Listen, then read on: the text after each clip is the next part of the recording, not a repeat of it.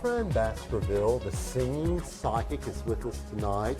She's a singing psychic, she's a detective, and she's a recording artist. She is what we call in the business of show a triple threat. The future is now. I have aliens seeing me. I come from the tomato family. And if you have aliens seeing you, you'll be as healthy as can be. In 1979, Texas woman Frances Cannon, later known as Frances Baskerville, gained psychic powers when she was 35, after getting hit by a lumber truck and nearly dying. I guess I must have passed out. I know I saw a tunnel. For a moment in time, I could hear everything in eternity. I heard angels and all my relatives. After the accident, she developed chronic bronchitis. She started having visions. Wow, but don't get hit on the head, kids. That's not the lesson here. No, that's not the lesson, no. It was very special for her, but be careful. That's Wow. right. She claimed to have found over 2,000 missing children throughout her career.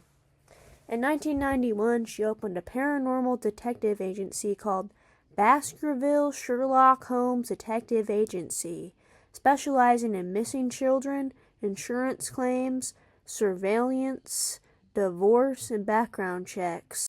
Anyways, you're probably wondering if she's actually credited with finding any missing children, and as far as I can see, she isn't. In 1986, a 17-year-old boy named Wade Tackett went missing from Sitka, Alaska. Frances was so moved by this case that she even wrote to Ronald Reagan in a letter claiming that in Alaska, children were being used to pass drugs and as human sacrifices by the devil worshippers and the Nazis and the Moonies that had somehow infiltrated the native people. Frances later claimed that she had seen Wade alive herself in a hotel and saw him get dragged off by a group of men. Wade was never found, but it's most likely that he just drowned. Honestly, a psychic claiming to find missing children is really nothing special. And every single murder show, and I know, 'cause my mom watches murder shows every single day. She's watched every murder show in existence. When somebody goes missing, there's always some psychic that walks up and claims that the person's being used as a mind control experiment, or like being used to pass drugs, or being used in a human sacrifice ritual. That's really nothing special at this point. But what is special of Frances's music? In 1985, she made her musical debut by recording the album A Brand New Sound. One of the first tracks on this album is about a blind child, though I can't tell if he's unlocking his own psychic powers or if he's contacting Jesus. But she pretends to be the child in question, and it sounds like this. Tell other children of the world that an angel's touching them at night. He wants to tell all the children of the world.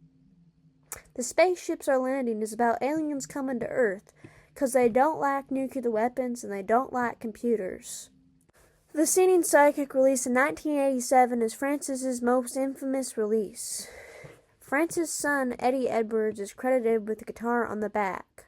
I don't really hear a lot of guitar in this album. It's mostly just like sync. They got a Yamaha and they just went crazy with it. And I like that. I really like this album. I'm a big fan. Lincoln's Ghost is a song that claims Abraham Lincoln, George Washington, and other unspecified presidents are going to haunt the White House. There are two songs about aliens with the same plot as the first album. That being, the aliens get told from their alien god to go and threaten to cut off the energy to Earth, as they need to tell the Earth leaders to stop building dangerous things, such as nuclear weapons and computers. The next song is about her dead dad, but it's interrupted by these electric swooshes sounds. I'll play some of it. And I saw these little worlds and little farms, much different than our farms. Daddy, can I visit? And they told me that The second to last song, Children of the Street, is something that needs to be experienced yourself, so I'll play some of that as well. our place to stay, of a friend to stay, or lay their head. Wonder, Lord, what made them lose their hope? Was it just yesterday? Was it just yesterday? Or was it when die toddling on with no hope. When did they become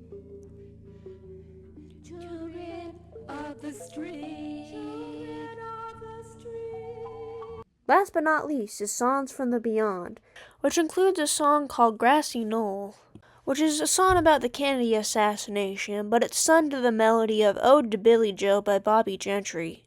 And the album also includes a lot of other bangers, but you're just going to have to go and listen to them to yourself. Frances did a lot of interviews, and I was able to find a few online. First one I looked at was on the Howard Stern show.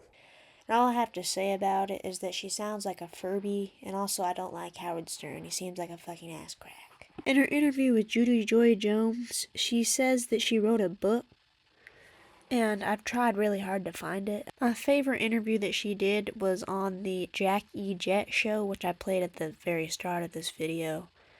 She went on Letterman, but they didn't really let her talk. In a few of her interviews, it's very obvious they just had her on the show so they could make fun of her. I think part of what she was doing was maybe an act, but I think she also genuinely did think she was psychic. It's even mentioned in her obituary. Outside of the whole singing psychic thing, the only thing I can tell is that she had 3 kids and she had some involvement with real estate. A lot of people were questioning her mental health, and I honestly think that she probably wasn't completely there. But I also feel like there's a way to enjoy people's work even if they weren't completely there, like Daniel Johnston, Wildman Fisher, and Wesley Willis. You can find their work very captivating without being an asshole about it, for sure. Thank you guys so much for watching my video, and I really appreciate you.